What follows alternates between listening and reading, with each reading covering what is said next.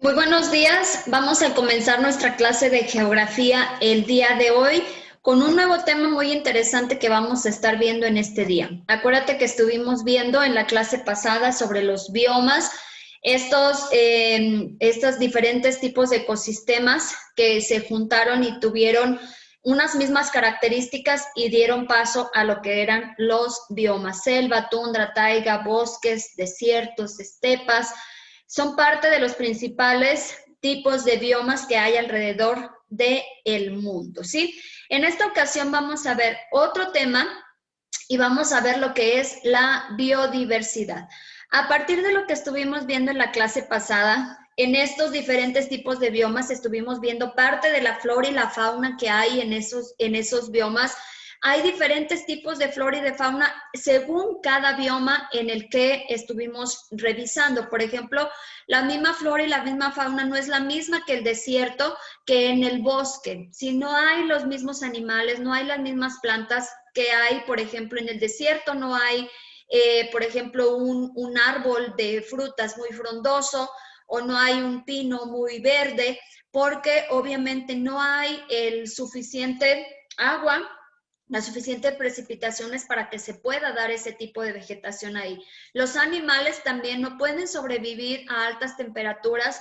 También hay algunos animales que son del bosque, hay algunos animales que se han adaptado al lugar, por ejemplo, en la tundra, que veíamos que era un clima muy frío, en el cual solamente, por ejemplo, no podía estar viviendo, por ejemplo, un elefante, una jirafa, en donde regularmente pues ese tipo de animales estuvieran muriendo por las condiciones del clima que están ahí en ese lugar. ¿Ven? Entonces, bueno, vamos a empezar con este tema y nuestro aprendizaje esperado argumenta que la biodiversidad de la Tierra es el resultado de las relaciones e interacciones entre los elementos naturales del espacio geográfico. Bien, vamos a ver en este día ¿cómo tiene que ver esta biodiversidad? ¿Cómo es de que vamos a empezar a ver o qué significa la biodiversidad primero? La biodiversidad es la variedad biológica de una determinada zona del planeta.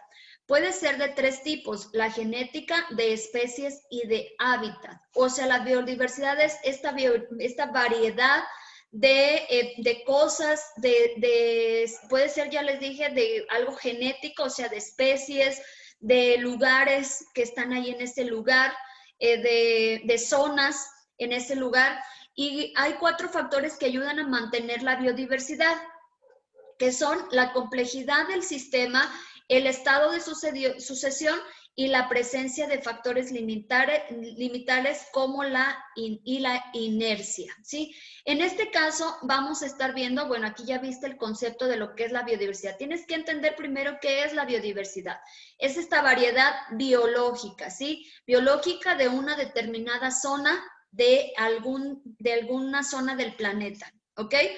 Y vamos a ver, tiene estos factores que ayudan a mantener esa biodiversidad ahí. Tiene que haber algunos factores que ayuden a que haya diferentes tipos de plantas, diferentes tipos de animales, diferentes tipos de el clima, la altitud, el relieve, todo eso lo vamos a estar viendo, ¿bien? La complejidad del sistema. Este se refiere al número de especies que existen en un territorio, ¿sí?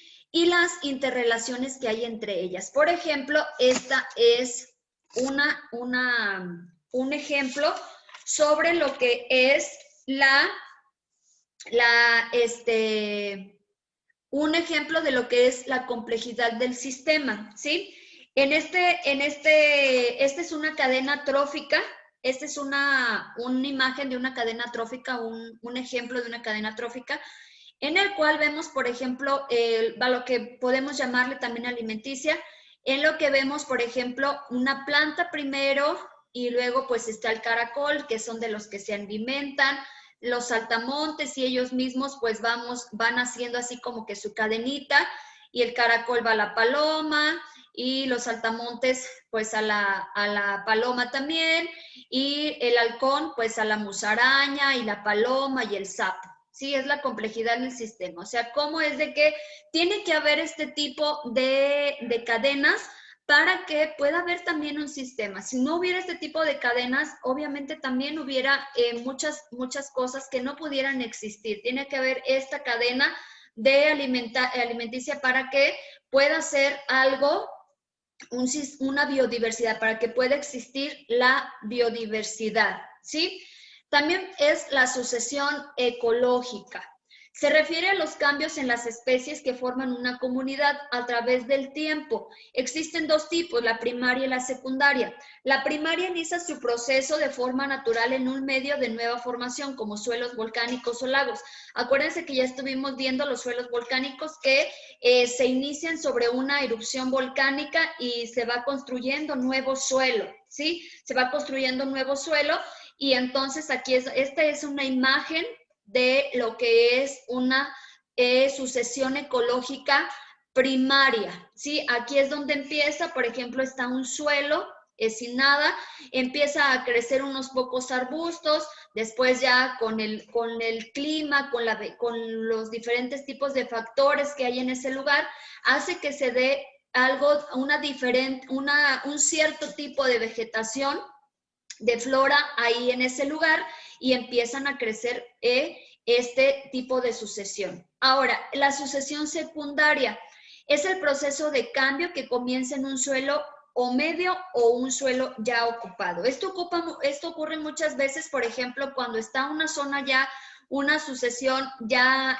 puesta ahí en ese lugar y ya hay una zona, una flora determinada, ya hay un tipo de características en ese lugar, ya hay un bioma ahí ya puesto, pero por ejemplo vamos a poner el ejemplo de un bosque en el cual hay un incendio y se arrasa con la flora y la fauna que hay ahí en ese lugar, y entonces con el paso del tiempo se vuelve a crear otro tipo de sucesión, otro tipo de especies, forman otra comunidad en la que está a lo que se le llama la sucesión ecológica secundaria, cuando ya no es, digamos que, sí es natural, pero no es de nueva creación, no es en donde está de forma natural, ¿sí? En donde ya tuvo que haber han pasado mucho tiempo en el que se recupere, por ejemplo, una zona de un incendio,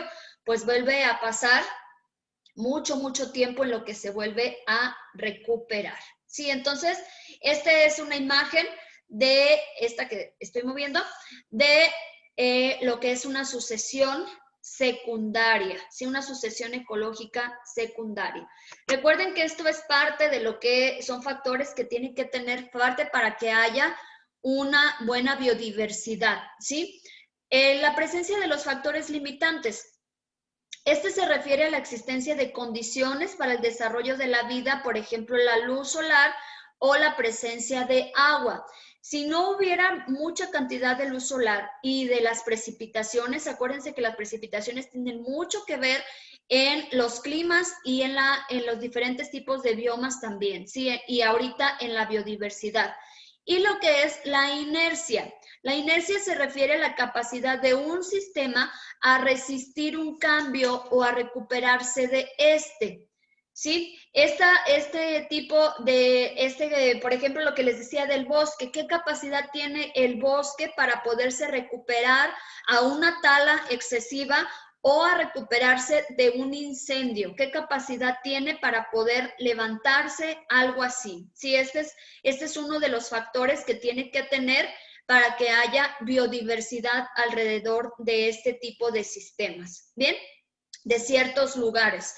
Ahora, si estos 4 factores se encuentran presentes en un ecosistema, acuérdense que ya vimos cuáles eran estos ecosistemas, y estos tendrán una gran biodiversidad, ¿sí? Puede ser una selva, la tundra, la taiga, es el conjunto de ecosistemas que eran los biomas, y si tienen estos 4 factores, pues va a haber gran biodiversidad, ¿sí? Grandes flora, fauna, que estén en un mismo lugar.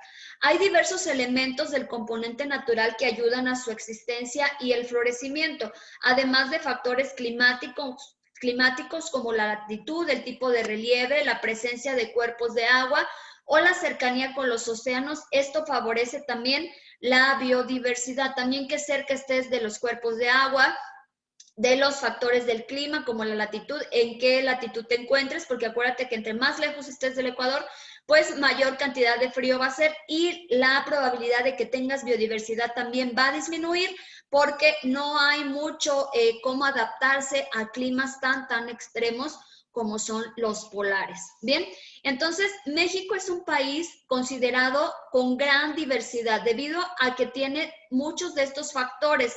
Por ejemplo, la latitud, por lo que recibe gran cantidad de energía o radiación solar de acuerdo a lo que estamos cerca del Ecuador. Sí, recuerden eso siempre.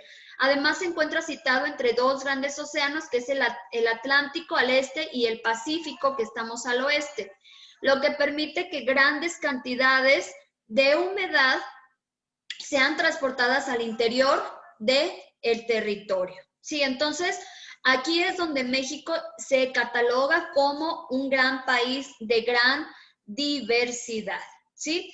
Aquí tenemos una imagen, les mostré una imagen nada más un poquito para que vean cómo México está catalogado como un país mega diverso.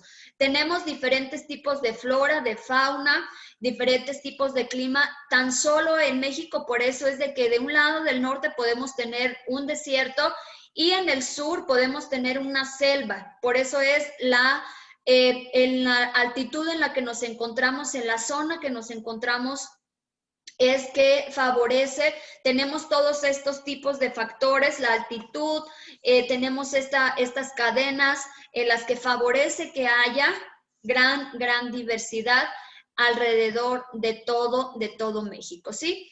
Entonces, consideramos que México es uno de los países mega diversos. Dentro de estos países también están otros 17 naciones que albergan el más del 70% de todas las especies. Entre algunos de ellos se encuentra Bolivia, Filipinas, Kenia, Sudáfrica, Madagascar y México. Estamos dentro de estos grandes países megadiversos. Por eso es de que vienen muchos turistas aquí a México porque pueden encontrar variedad de clima y variedad de especies, variedad de flora, de fauna alrededor de todo México. Estos países comparten toda la mayoría de las características necesarias para favorecer esta diversidad. Estos países se localizan más en zonas tropicales o en los límites de estas zonas tropicales. Acuérdense que aquí está el Ecuador, mira aquí donde les estoy señalando, aquí, y estamos nosotros en los límites. Sí, nosotros no estamos en la zona tropical, pero por acá, por este lado, en donde está el Amazonas, por acá en esta zona, aquí es donde está más cerca del Ecuador y obviamente hay mucho más radiación solar y por lo tanto hay una energía mayor y hay más probabilidad de que haya diversidad, biodiversidad alrededor de todos estos países. En esta zona, si ustedes se fijan, en las zonas más alejadas, en las de los polos, es en donde se dificulta un poquito más la biodiversidad porque no tiene las condiciones para que se favorezcan este tipo de biodiversidad. Bien, entonces, quiero que recuerden esto muy bien. Somos dentro de los 17 naciones de todo el mundo que tenemos de países megadiversos. Contamos con una gran variedad de animales, de tanto flora como fauna, alrededor de todo el mundo. Podemos encontrar, dice que si quieres encontrar algo, lo puedes encontrar aquí mismo en México, ¿sí? Porque tenemos los múltiples factores para poder tener esta gran biodiversidad alrededor de todo México. Podemos encontrar de todo, desde un desierto hasta una selva dentro de aquí, de nuestro México. Bien, entonces este fue nuestro tema del día de hoy. Vamos a proseguir con nuestra actividad. Vas a contestar las siguientes preguntas en base a la lectura de tus páginas 99, 100 y 102 de tu libro de texto, en base a tu libro de texto. ¿Qué es lo que vas a realizar? ¿Cuáles son estas preguntas? ¿Cuál es el concepto de biodiversidad? ¿Cuáles son los 3 tipos de biodiversidad? ¿Cuáles son los 4 factores que ayudan a mantener la biodiversidad en la Tierra y a qué se refieren cada uno? ¿Por qué México es considerado un país megadiverso? ¿Qué características tienen los países que son llamados megadiversos? ¿Cuáles son algunos de esos países llamados megadiversos? Esto lo vas a poder encontrar en tus páginas 99, 100, 101 y 102 de tu libro de texto, ¿ok? Entonces, Esta es tu actividad del día de hoy, fue nuestro tema, la biodiversidad. Espero que te haya quedado claro y nos vemos en el siguiente video para aclarar tu actividad.